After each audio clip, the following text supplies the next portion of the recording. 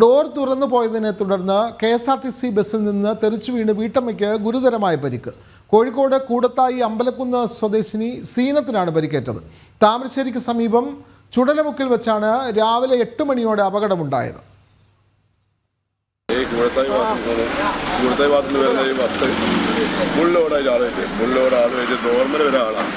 ആ സമയത്ത് ചുടലമുക്കിലെ വളവ് വളയുന്ന സമയത്ത് ഡോറ് തൊട്ട സമയത്ത് തന്നെ ഈ സ്ത്രീ തെറിച്ച് വീണു. പുറത്തേക്ക് വീട് സ്ലേബുമേലെ തലച്ചു വരുന്നത്. ഈ ലോക്ക് ആര് തൊട്ടാലും അപ്പം ഒപ്പണം. ഇത് നേരെ വിപരീതമായിട്ടാണ് ആ ലോക്ക് ഫിറ്റ് ചെയ്തത്. താഴോട്ട് ആക്കേണ്ട ലോക്ക്, മേലോട്ട് ലോക്ക് തുറക്കേണ്ട ലോക്ക് താഴോട്ട് തൊട്ടാൽ ലോക്ക് ഓപ്പണാണ്. ഫുള്ള് നോർമൽ ആളതിനാണ്. ഈ വളവിൽ ചുടലമുക്കിൽ ഈ വളവിൽ നിന്ന് ബസ് വളഞ്ഞ സമയത്താണ് ഈ തെറിച്ച് പുറത്തേക്ക് വീഴുന്നത്. കൂടുതൽ വിവരങ്ങളുമായി അനഘ ഹർഷൻ ചേരുന്നു. അനഘ, വളരെ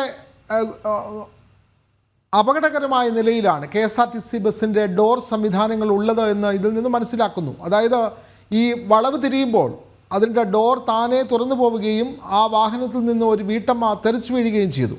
ഗുരുതരമായി പരിക്കേറ്റിരിക്കുന്നു. കൂടത്തായിലാണ് ഈ സംഭവം നടന്നിരിക്കുന്നത്.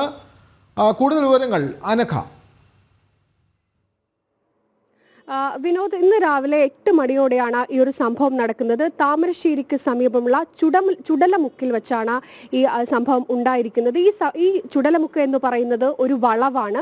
ഈ വളവിൽ വെച്ച് KSRTC ബസ്സിനകത്ത് ഉണ്ടായിരുന്ന കൂടത്തായി അമ്പലക്കുന്ന് സ്വദേശിയായിട്ടുള്ള സീനത്ത് ഈ ഡോറിന് പരിസരത്ത് നിൽക്കുകയായിരുന്നു. ഈ വളവിലെത്തിയ സമയത്ത് ഈ KSRTCയുടെ ഡോറ് താനെ തുറന്നു പോവുകയും ഈ സീനത്ത് റോഡിലേക്ക് തെറിച്ചു വീഴുകയും ചെയ്തിരുന്നു. സീനത്തിന്റെ തലയ്ക്ക് ഗുരുതരമായി പരിക്കേറ്റിട്ടുണ്ട്.